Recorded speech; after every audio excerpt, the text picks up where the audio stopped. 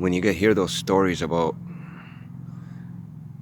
you know, these people out there that kill 25 people and kill themselves, or all the suicide that you hear about that's happening, guys, this has a lot to do with it. A lot. If not 100%, at least 90 or 99, if not 100. So it takes a very strong person to get to where I've gotten to in the last 11 months and handle all these. No, dog barks. They have to take over. I'm at too much peace here. And the car's backing up over there. So anyways, there's no point in mentioning these things anymore. I just want to give you good, high quality videos, that's all. So now that I'm looking that way and there's not much movement, you'll get more noise. Listen. See, bird and dog now. And I got a bird moving over there. Look. Look at the bird moving. He's standing on the ground. I don't know if you could see him. He's not flying yet. I'm looking right at it. It's going towards the post, right in front of the post now.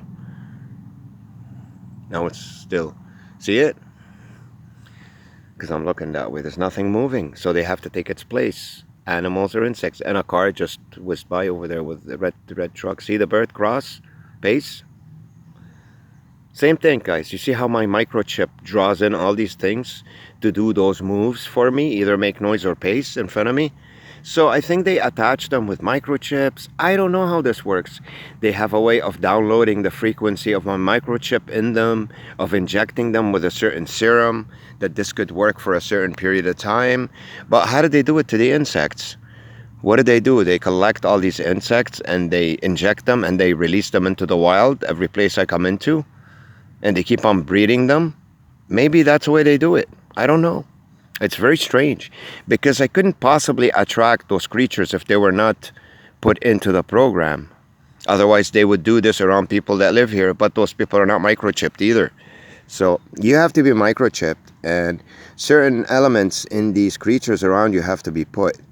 Whether they release them because the environment here supports them, but then if they release them in this environment that supports them, what happened to the other ones that were here already? They can't get those guys out of here. It's not like human beings.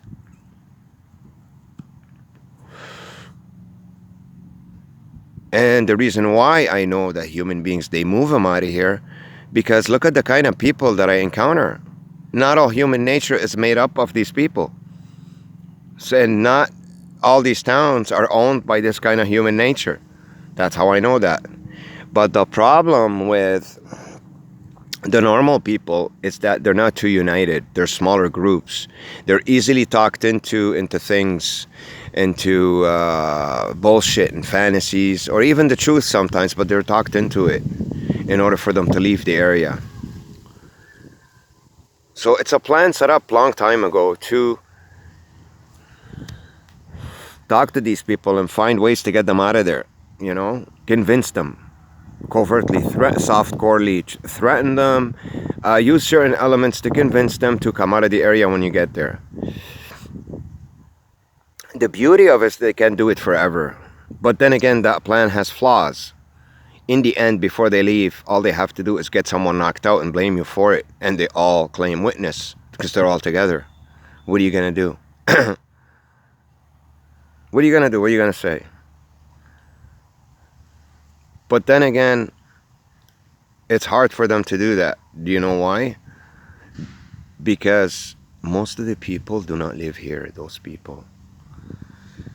Most, all of them, they don't live in this area. At least not in this town, small town. They come from another town. So they can't really do that in the areas that you go to. Because then you can mention this aspect and they check their IDs and they realize they're not from here. And you have no contact with them and you're all alone up here. Why would you want to do that to a group? So there are some flaws there, but overall it doesn't work. You know, for them to implement this sadistic, evil action towards you and incarcerate you because of it. They can't.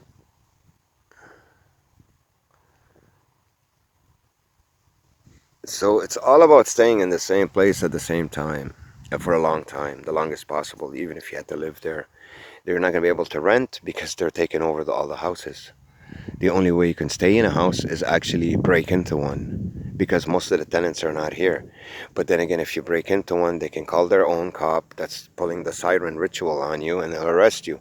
The most you can do is sneak in there and lie down on the balcony. They'll let you get away with it for a night or two, then the cop will show up one night out of nowhere and tell you can't stay here. This is private property, you're trespassing.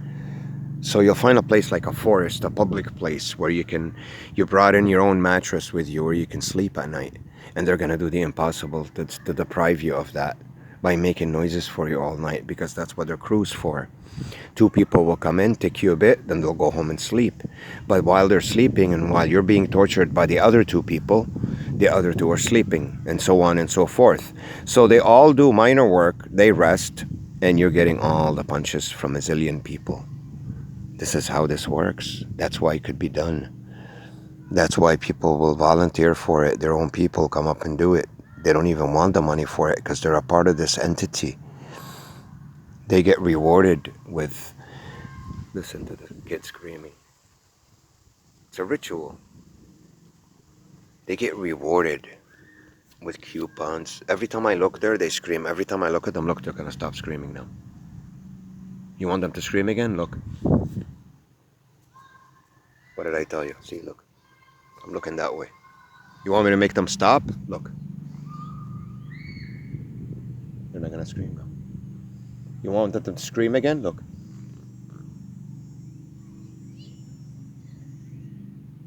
It's where I look. You see how this microchip works? Scream again? They stop now because they're changing the program, but that's what they do.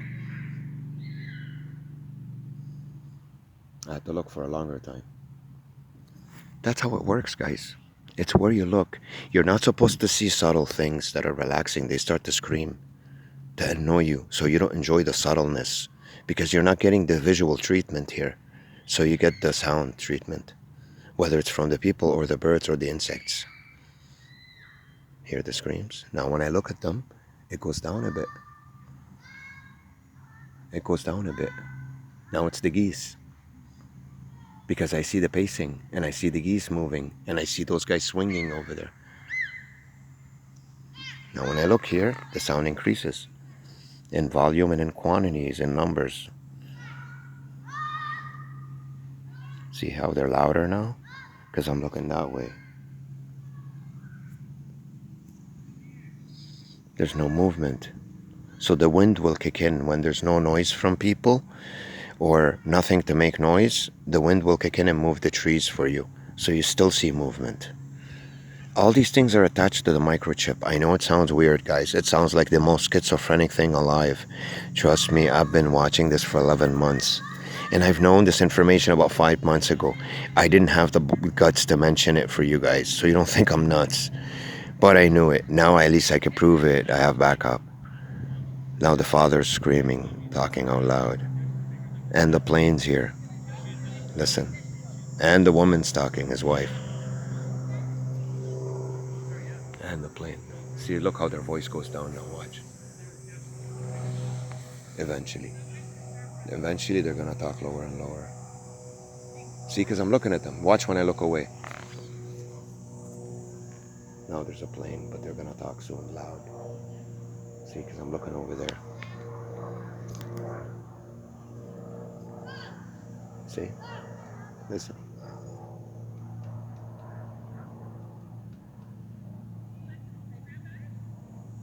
What? Two parents talk this loud to their kids? They're right in front of them. What's the point?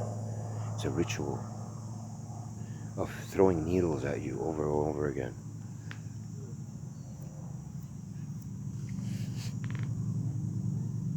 Another plane. Constant planes. Or a boat. And screams. Because I'm looking at something subtle. It's not good to get both subtleness and peace, quiet, no noise, then you're just in seventh heaven. Nothing's being applied on you. There's no ritual happening.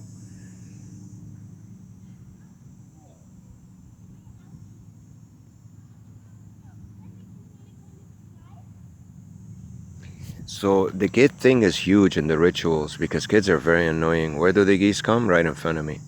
If they didn't come by themselves, they had to drive them here covertly, pretend they're playing with them. What the fuck are they doing with them? They drove the geese here, so I have something in front of me moving, so people don't have to keep crossing back and forth and making it look obvious. So they got the kids to drive the geese in front of me. You see how they did it? The kids went in first, the parents went after them, backed them up, created noise, screamed, brought the geese right in front of me, and left them there. Now they're not interested in pushing them forward anymore. Now the parents stayed there quiet, and the kids are about to pull back.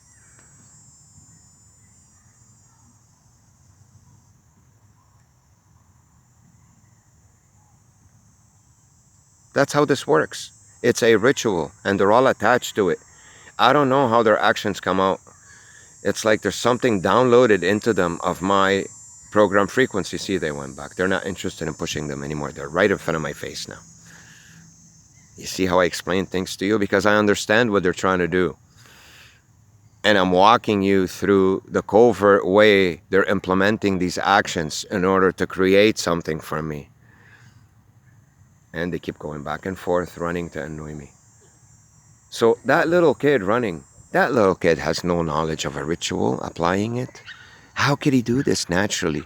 Now, maybe the parents told him to do that. Maybe the older brother, I don't know. Look at the way she's screaming like a dog, the little girl. Now, I looked at her, she walked back. You have to look at them because they scream for you to notice them and to look at them, and then they walk back. Look, they run towards them, but not close, far away, because they want to keep them there. The idea was to bring them and put them in my view, not to play with them. So how can kids logically orchestrate something like this? They can't. It's impossible. So it's got to be something downloaded. I don't know how this works. It's a very strange technology, what they've done, these guys. They're fucked up, man. They're sick in the head. And all this happens because of my microchip. All of it, all of it. Their movements, my location to find me, for them to know where I'm coming, everything, everything. It all goes back to that dot injected into my optical nerve. That nano dust chip. Guys, it's like barely... It's like when you grab a pencil, a really sharpened pencil, and you put a dot on the paper, lightly, not heavily. You see that? That's the size of this. And it's injected with a needle into the white part of the eye. When you get the laser surgery done, the doctor will say, either in the end or whatever, say, look up quickly or look down. It's usually up. And they quickly inject it into the white area. And you have what's it called? An anesthetic there, a local anesthetic on your eye so you don't feel it. And it heals fast for some reason. Because I remember when I did both surgeries, it took like 2-3 days, I was fine. And you know what they say about the eye? It's the fastest healing body part in the body. It's the eye. Check it out. So you really don't notice that you were injected with something. Now, how do they get them to receive my transmitting information, which is looking in their way or looking away for them to talk loud? Because it's little babies doing it. There's no way that these kids can intentionally and logically architect such a operation, such a maneuver. It's impossible. So how do they do it? So it's got to be a computer, a program downloaded, somehow something injected into them. I don't know. It's a very, very complicated, strange technology, the way this works. So you have to be in places where there's technology for this to happen. Technology. Not just a small Wi-Fi tower. It's got to be set up. You know what I mean? You can't set up something like this in the Amazon jungle, for example. It's impossible. You can't replace the people in the Amazon jungle, because the people that don't live in the Amazon jungle are not going to want to go live in the Amazon jungle with you. So you have to take that into effect too. You know? The people that live in St. Petersburg are not going to want to go live in fucking Siberia because you went there and take the place of the Siberians and kick the Siberians out of there. This is how you can get away with such a thing. You have to go to certain places where you can take all these factors into consideration. But when you get these people that live in a small town just about a half an hour away from here, they can come up here for a day and do this easily. 2 and 3 and 4. And if they can't, they have backup. They don't bring in the same people every day. You guys know something about these people. They use many people to do a very small, minimal action. So it doesn't take away too much from their lives. So the two people are going to get abused the most in this process are not the ritual doers. It's me and the real people that live in this town, second. Now the real people that live in this town still have it better than me because they could be given millions of dollars to wait or whatever life set up. Eventually they're going to want to come back here. But the guy who'll get it the most is me. I'd have to sleep outdoors on the floor and have enough money on me to be able to survive for a good couple of months because they could make it go that long. So right now it's the beginning of August. I'd have to come up here and stay here now until school opens. Because their school, they have to send their kids here or whatever. They're not going to want to go to other schools. So I have to stay here the whole month for this to work. Or it won't. Where can I sleep? We're being ritualized 24/7. I have to pick certain areas where they can't make a lot of noise for me. And they still will. Too many of them. And imagine you're being sleep deprived every night for a month and attacked and abused like this all day long and you're sleeping on the floor. You'd have to be a mountain of a man to do that, or a woman. But it's a way out of a torturous prison. I'm pretty sure it's the best alternative to living in this hellhole. This noise and movement machine. Listen, listen. The kind of noises the kind of constant noises they're making for me.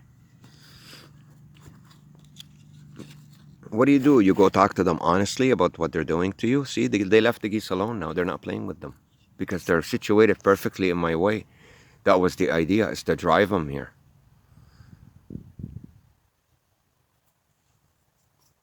How come they're not running after them and the parents talking loud anymore and standing over there? The job's done. Why? Have you seen any person cross while the geese were there so far? None paced because they got the job done. Now that I mentioned it, they may get someone to pace because they have me tapped. You know that. You see how you nailed this? The whole time, not one person paced while the geese were here. Because there's already something moving in my face. And they give them food to eat, whatever the fuck they're eating. And constant planes and boats behind me going back and forth.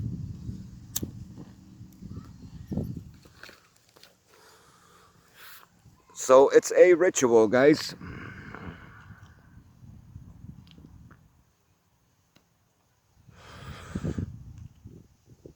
All those places need to be set up. All of them, all of them. They have to be set up ahead of time. All around you. And coming up here, which is only, 2 hours away from Toronto, believe me when I tell you from the beginning, I came up here for different reasons. I did not expect to not see this. Mind you,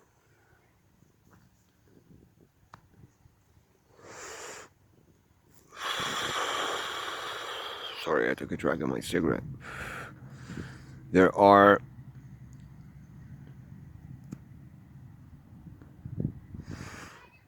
ways around it. They're still screaming, the kids in my ears. Not enough movement. I'm getting peace.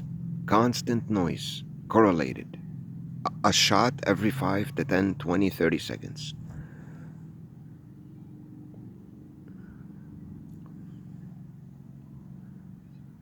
Now I'm looking that way. Listen to the increase of noise. Listen. Listen. How the noise is going to get increased somehow, some way. Listen, I'm looking over there.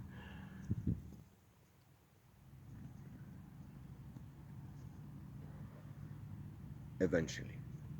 They won't do it right away because they know I'm recording.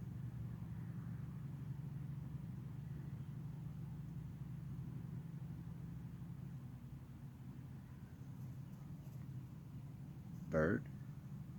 Lightly. You heard that? Wait. Constant boat going back and forth, the boat motor.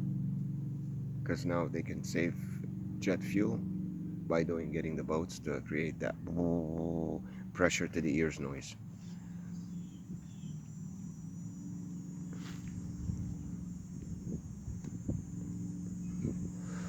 So depression is a huge part. You heard the car honking? Depression is a huge part why we're experiencing today. They're doing this on a wide scale. When you watch a movie, when you go downtown a little bit, it's affecting you, but not much. They're ticking a little bit here and there. And the division and the drug provocations and availability and sex everywhere out loud. All the things that weaken a human being. That's how you attack all our chakras and weaken us from the inside without us realizing what's going on, why we feel that way, why we're miserable, why we want to commit suicide. And a lot of negative information